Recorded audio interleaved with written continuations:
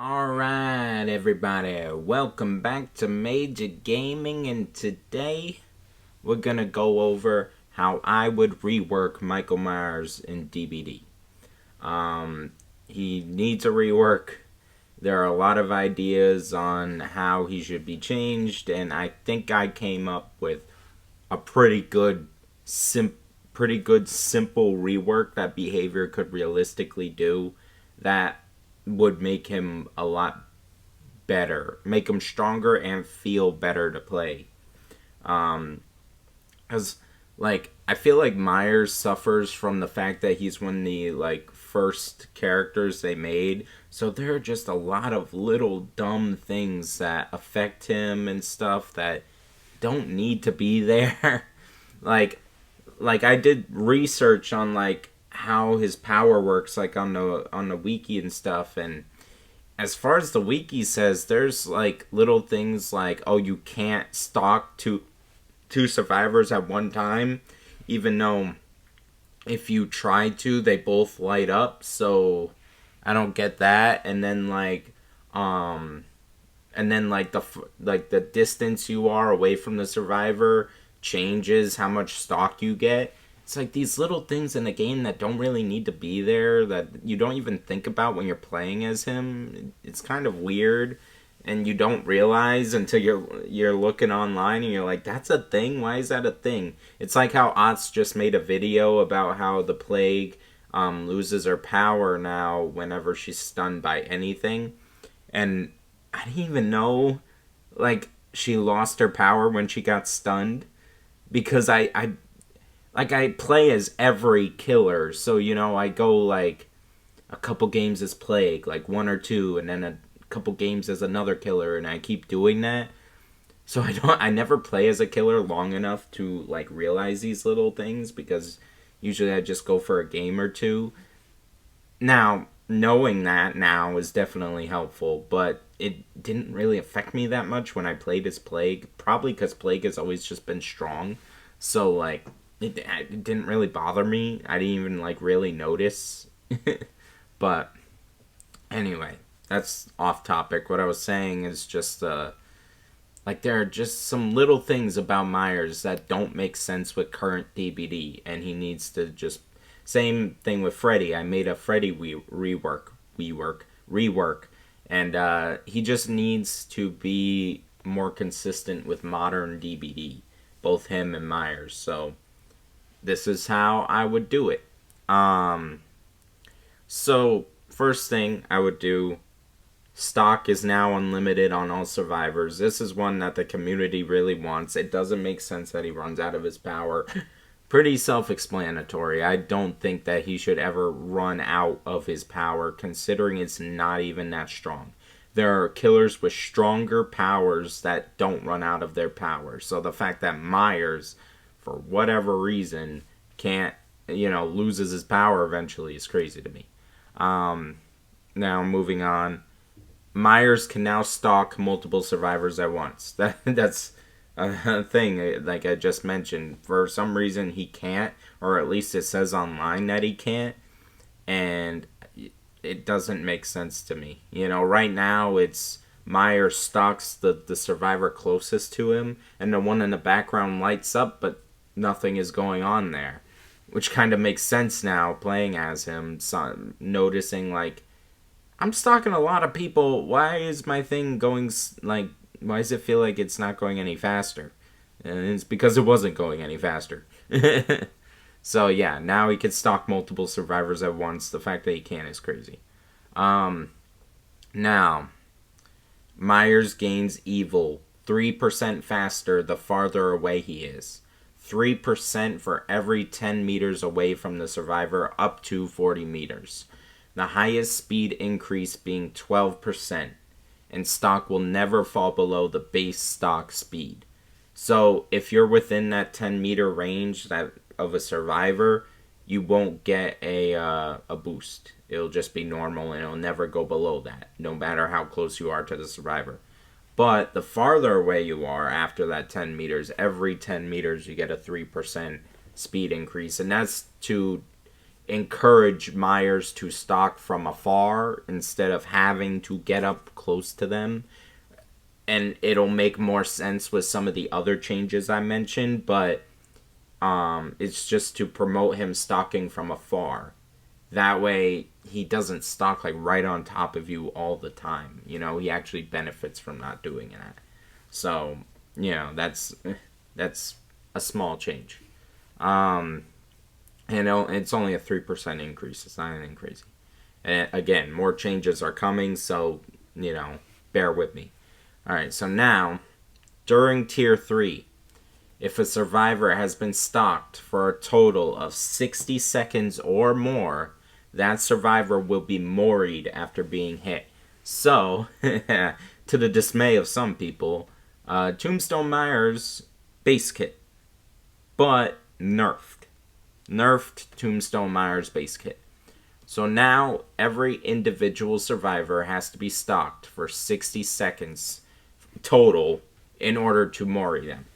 So you actually have to work hard, and you have to keep track of how much stock is on each survivor, and they when you reach that 60, when you know how the thing turns red when you're stalking them, that'll be how you tell how close they are to that 60, because then they'll start turning redder. But that doesn't mean you lose the ability to stalk them. That means that they are getting closer to being moriable. Just like, you know, Base Kit Myers. And that are just like Tombstone Myers. And now, obviously, the Tombstone add-ons would have to be reworked. Don't know to what. I don't normally focus on add-ons because they just take too long. But yes, the Tombstone would have to be completely reworked and then added to the base kit like this. And that eliminates that problem people complain about of their teammates feeding Myers, but then they die because their teammates fed Myers. Because it's based on each individual survivor, which makes it weaker, but also makes it more consistent. You know, you don't have to guess if he has, you know, the ability to mori you. You don't have to guess. You are told when you are moriable. You know he has a base kit, so it's not a guessing game. You know what the counterplay is. You do it every time. It's not as weird as having it tied to an add-on. And you still keep the essence of Michael Myers that makes him so cool that you can actually mori people. Like Onryo or whatever. So, yes, you keep Myers how he is, but you just change it so that it's a little more counterable, but also better for the Myers because he always has it. So it's not like he's you know, he's always at his strongest, because a lot of people will say Myers is one of the worst in the game without the add-on. Well, if you keep it as an add-on, it's so hard to tell like how strong Myers is, because his strength is based on an add-on.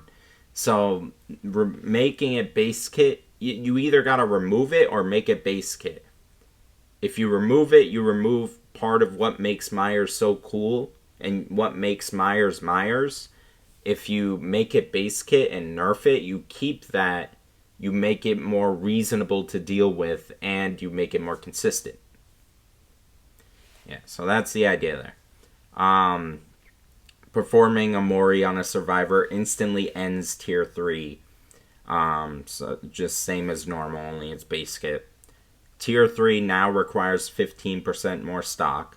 So I figured, yeah, tier 3, you need to put in a little more work if you're going to be able to instantly mori people at any time. So 15% more stock, but you get to kill survivors at any point. So, you know.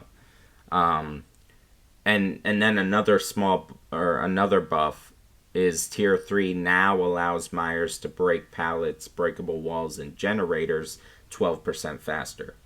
So it makes it a little more viable in chase. I don't know if this change is necessarily necessary, but it could be cool. It could be something to try out. You know, maybe it's not necessary, maybe it is, who knows. But I think it might be a cool idea. And then otherwise tier 3 is the same. So he has the bigger terror radius, the faster vault speed, and now faster break pallet speed and faster braking speed, which I don't think is like a crazy thing, you know. It's not like he's not an M1 killer, you know. And again, 15% more stock, so buffing it while also making it harder to get to, you probably use it a lot less, you know. So now now we move on to his tier 1 and tier 2. Oh, survivors that have been stocked for 60 seconds or more will have a red ring around their character portrait in the HUD. After reaching the 60 seconds, the survivor will be notified. So it's like Ghostface, where you got that red thing around their face. You know, that also will appear when they are, you know, moriable. So, yeah. Now, again, like I'm going to say 60 seconds could be made more or less. You know, it could be changed. But that's like the basic idea of what I had. But it could be 80 seconds. It could be 40 seconds. It depends on how like often you can actually reach that 60 seconds, how easy or hard that would be. I'm not a game balancer or a dev, so I don't know specific numbers, but these are just guesses. Just, you know, so don't go crazy over me saying 60 seconds is too strong. I'm not, you know, basic ideas here.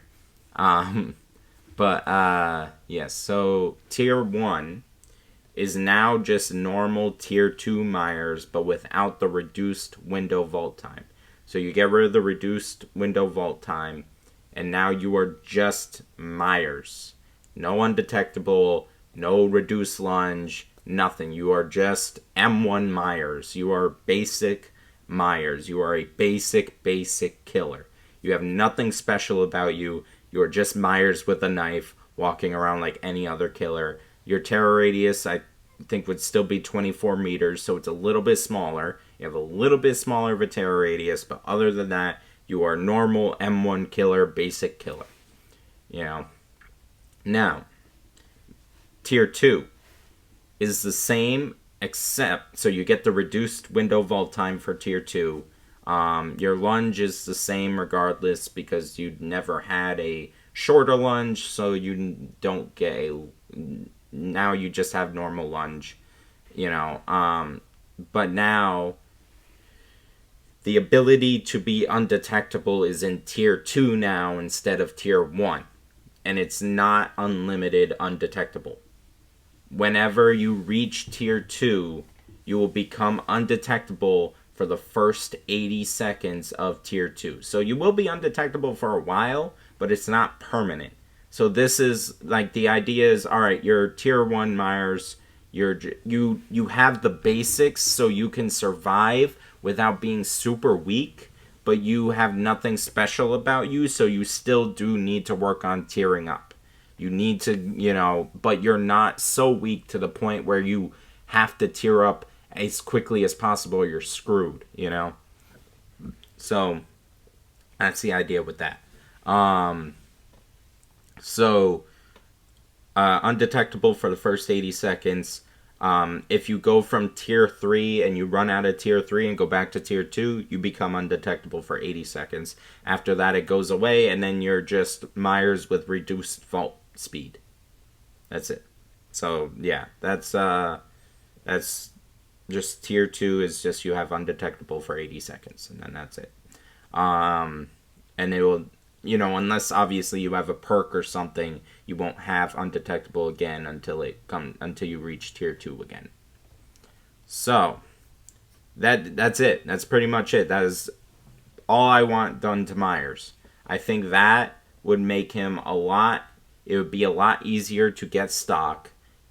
It would make him stronger in general. It would make him more counterable. It would just make him an overall better killer. I don't think he needs more than this. I think this fits the niche of Myers without completely wrecking him. You know what I'm saying? Or completely changing him into something.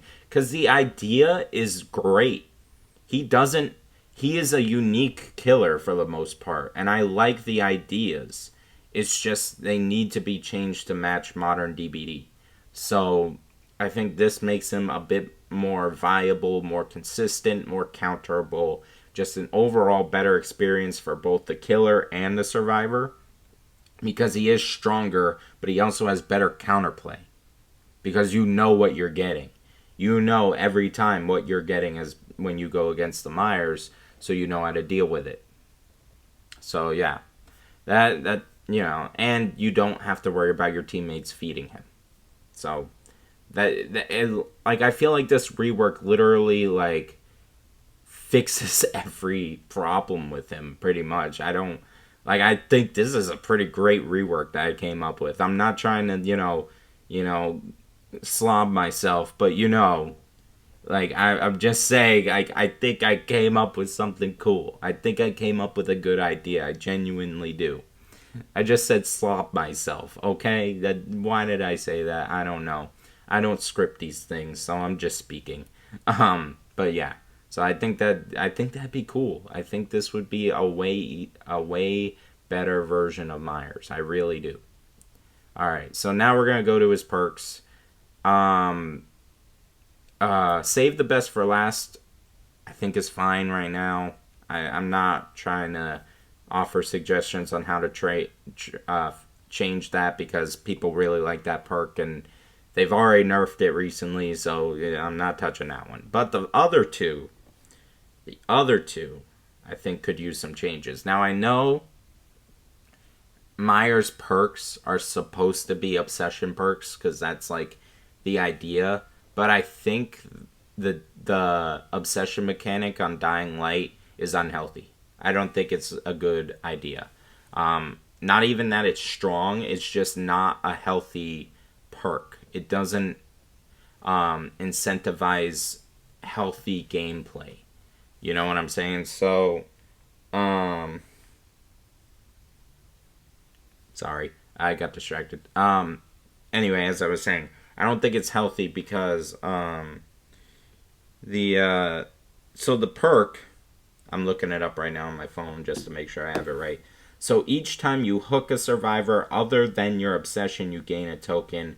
For as long as the obsession is alive, all other survivors suffer from a stackable 3% penalty to repairing, healing, and sabotaging speeds per token, up to a maximum of 33% or 11 tokens. The obsession is unaffected by this penalty and instead granted a permanent 33% action speed bonus to unhooking and healing other survivors. This perk is needlessly complicated. Like it's needless. It's got so many effects. It's so weird. So I want it to be more simple. And I don't like the idea that you have to ignore a survivor in order to get your full value out of it. You can't even hook the obsession. You have to focus on the other ones in order to get value out of it, which leads to tunneling, which leads to focusing on two survivors and getting them out of the game as quickly as possible, and then you have to ignore another survivor that could be trying to get in your way or trying to knowing they're the obsession or whatever. It just doesn't feel right. It doesn't feel healthy. It doesn't feel like a good idea. So I say remove the obsession mechanic. The killer gets a token for every first individual hook state, and all survivors are affected by the reduced action speeds. It's pretty much pain res, but instead of regression, you get slowdown. That's what it's like Thanatophobia on pain res, and pain res had a baby. That's pretty much what my version of Dying Light would be. So every time you hook a survivor for the first time, you get a token. You get 4 tokens, and then you just all survivors get the 3% penalty. You only get 4 tokens. Obviously, you don't get 11. So instead of like a 33% total speed reduction, it would be a 12%, but it would be on all survivors, and it would never go away after you've done, like, you don't lose the tokens after the obsession dies anymore. So it's just a permanent 12% reduction if you hook every individual survivor. Now, you could have it so that after a survivor is sacrificed, the token goes away. That could make sense because it'd be like the obsession mechanic, but for everyone. Because at that point, I mean, you don't really need full 12% reduction speeds if one of the survivors is dead. I mean, maybe. I don't know. Maybe you have it so that once the survivor is dead, their token goes away. I don't know if that's necessary. It might be. I don't know. Because then it would lead to tunneling because they would just hook 3 times. Oh, wait, no. It wouldn't matter. It wouldn't matter because it's only the first hook. That's why I did that. Okay, duh. So, yeah, no, I think it's fine how it is. I don't think it needs to go away once the survivor is dead because it's I thought maybe it would incentivize tunneling, but it wouldn't matter because it's only on the first hooks anyway. So it actually doesn't incentivize tunneling. Okay, did that right. All right, so yeah, so I think that's how I would do that. How I would rework Dying Light. I think that would be a pretty solid perk, especially combined with pain res and all that. So now you get how I would change play with your food. So play with your food right now is each time you chase your obsession and let them escape, play with your food receives 1 token up to a maximum of 3 tokens. Each token applies a stackable 5% haste status effect up to a maximum of 15%. Performing basic attacks or special attacks that can damage survivors consumes 1 token. Play with your food has a cooldown of 10 seconds on token accumulation. You can only be obsessed with 1 survivor. Okay, so I didn't even read that part where it says the 10 seconds of the cooldown on token accumulation. That's so weird. But alright, so honestly, yeah, keep that with this version because it makes sense. I gotta plug in my computer real quick. Sorry, it's about to die. I thought I could make it. It didn't make it. So let me plug this in real quick. That way it don't die. It's at 10%. Oh, okay, never mind. I can't plug it in. So we're about to speed run this shit. Okay. I can't plug it in because the thing I got plugged in to put the mic in is the same plug. Okay. Yeah, we're going to speed run this. So pretty much play with your food. You receive a token for every 12 seconds the obsession spends inside your terror radius instead of every time you job chase with them. Otherwise the same. So while your obsession is within your terror radius, for 12 seconds you get a token, and then still damaging a survivor takes away the token. So you're not